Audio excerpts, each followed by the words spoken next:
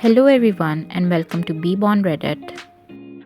Am I the a-hole for refusing to sit at the kids' table at my brother-in-law's wedding? Original post December 9, 2023. My female 28 husband, male 30, and I were invited to my husband's brother's wedding in the new year. For some context, we do not live in the same country as his family. We live in the US and they live in the UK. And we're trying to save for a house, so we really weren't planning on going on a holiday this year. Wedding is in July 2024. Truth be told, I'm rather excited for this trip. I love his family and the UK. But my husband is stressed as it's going to cost us a lot of money, upwards of $5,000, including flights, hotel at the wedding venue, trains, etc. Also, for some more important backstory info, my husband's family hate each other. I mean, a nasty divorce that led to parents not speaking to each other for years. Most of the siblings, including brother-in-law, sided with the mom in the divorce. However, my husband has made it a point to not choose and is very close to both parents still. Both parents have new families with younger kids. Now, 3 months ago, my husband's mother told us that we would be sitting at the table with all the other siblings. Most siblings are under 15 years old. The youngest is 8. My husband asked if we could potentially sit with his dad's side of the family or his grandparents who we are very close to. However, his mother told him that we are the only neutral family members. So therefore, we need to sit with the siblings as this is their first time meeting. The wedding party is worried about potential family drama arising. My husband and I were fine with this as long as we are sitting together. However, a few days ago, my brother-in-law asked my husband to be a groomsman, to which he accepted. I was thrilled for my husband as he isn't super close to his brothers. I asked where I will be sitting now that he would be at the wedding party's table. My husband just shrugged and said they likely won't move tables around that much. I asked the bride, who said I was still sat with the siblings. I asked politely if I could be moved to the table with the grandparents. Again, I'm extremely close to them. The bride politely told me that I am the only neutral party who has met all the siblings, so I could manage the questions and potential arguments arising. Again, this is the first time they're all meeting. I told her that I appreciate this is something that is worrying her, but I am not spending thousands of dollars to be a babysitter. She said she understood, but the seating is final. We argued a little more, but she ended the argument by saying I should be happy to be sitting with the kids because I work with kids, and I should be flattered the family trusts me enough with this responsibility. I began to argue, but the bride snapped that if I hated kids this much, I shouldn't have become a teacher. Please don't get me wrong, I love his siblings, but they're all at least 15 years younger than I am. I also love kids. I'm a teacher, but I want to relax and have a good time at this wedding. I also forgot to mention there will be cousins and kids from the bride's family at the table as well. I just made up my mind I will not be sitting at the kids' table. I'm going to wander the reception, drink, and have a good time. I'll be pulling up a chair with the grandparents. I do not think it's a big ask for me to be moved to a table, but maybe I'm wrong. My mom and husband think I'm overreacting and I should just sit with the kids, but my co-workers and friends think I should not be forced to babysit and or manage potential family fights. So, am I the a-hole? Edit. Unfortunately, we bought the plane tickets already and they're not refundable, or a refund would have been my first choice. 2. They never formally labeled this table as the kids' table. They refer to it as the siblings' table. My husband has 3 younger full brothers, including the groom, and they're adults. None of them are sitting at the siblings' table. This table is completely made up of half siblings that are 15 and under. I am the one who's calling a spade a spade. I showed my husband this thread, who agreed with you all that I am being treated unfairly. I do want to add, my husband did tell his brother that if I was sitting at the siblings' table, he could not be a groomsman already. I told him to not worry about this after my argument with the bride. It's clear they want me there regardless, and that's my frustration. My husband and I are having a conversation with them later today. I'll update you all on the outcome. Now for the comments. OP gives more information on family drama. The whole family situation is complicated. The bride's family also hates each other. We got eloped for this reason. Too much drama. When asked, could you just eat there and not go back to that table after? OP responds, I did debate this, but my fear is I would be blamed if anything happened to the kids if I left them. Another editor says, who the F has a kids table at a wedding instead of kids sitting with their parents? You aren't the first person to say this. I think it's because the kids are all technically siblings. I should clarify they never formally said kids table. They said table with the siblings and the siblings' cousins to me. I read between the lines. Update December 10, 2023, next day. Alright, first of all, I want to thank you for all the support and advice on my original post. I read every single response. I even showed my husband, who agreed that this situation was simply ridiculous and that the bride was using me as free childcare. It turns out the issue was deeper than just wanting free childcare, so bear with me. This is going to be a long update as lots of stuff happened yesterday and this morning. But before I get into the update, I need you all to understand some background info. My husband is the second oldest in the family with 2 younger full brothers. He has 5 half siblings. The oldest sibling, we'll call him John, cut ties with the family completely about 5 years ago.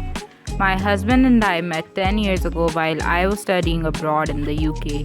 We moved back and forth between the US and the UK for 6 years before we got eloped and moved permanently to my home state.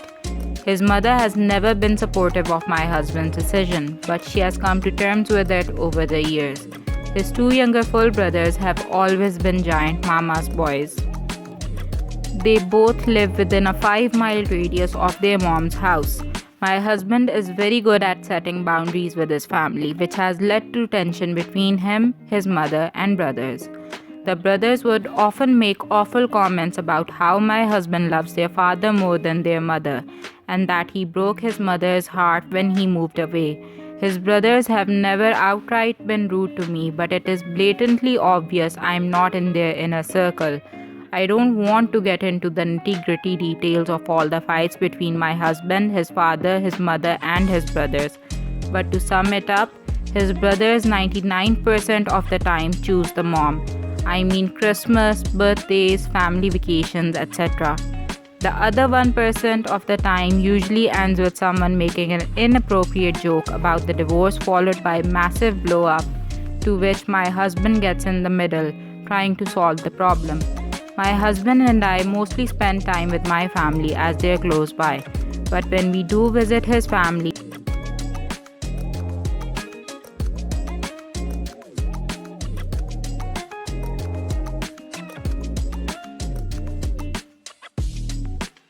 Okay, so here's the update. My husband and I zoomed with the bride and groom yesterday to address our concerns. For those who told me just to sit at the table because they're likely stressed with the wedding planning, I helped plan my sister's wedding. So I know moving one seat is not a big deal. And I only asked because my husband wasn't sitting with me anymore. The bride just said that she confirmed with the rest of the family that the siblings will all be under my care during the reception.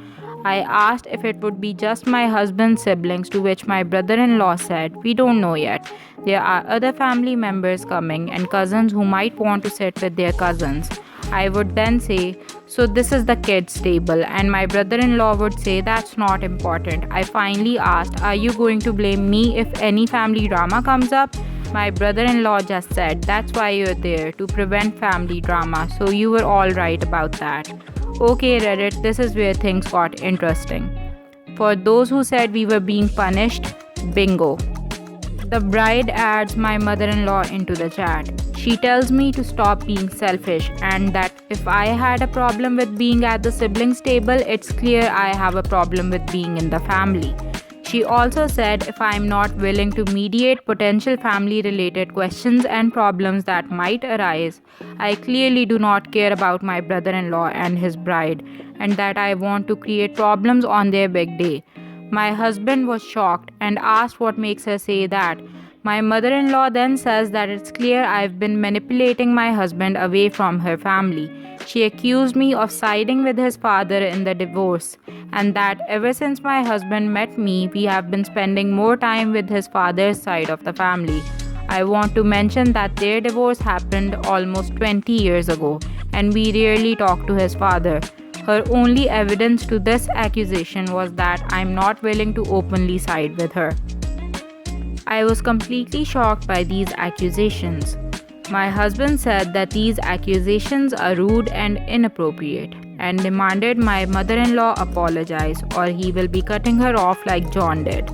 Mother-in-law started crying. The bride chimed in that we never included them in our wedding. We eloped, and that this was my opportunity to prove myself as a dedicated member of the family.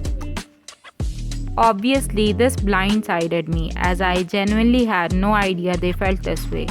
I always go above and beyond for Christmas and birthday gifts. When we visit, I ensure I dote on their children, and I always take the ladies of the family out for a ladies' brunch. I can understand our wedding situation is upsetting, but if my mother-in-law had voiced this to us 4 years ago, we would have hosted a small ceremony or family celebration. My mother-in-law adds that since I wasn't willing to deal with the family drama at our wedding, I should be willing to deal with it for my brother-in-law. I just sat there, jaw on the floor. My mother-in-law snapped, saying she knew the type of person I was from the second I excluded her from her son's wedding, and I am a selfish manipulator who wanted to steal her son from her and destroy her family, and that my husband is enabling me by not insisting I put the family's needs before my own enjoyment and babysit the kids during her other son's big day. She was hoping my meltdown would show my husband what kind of person I was.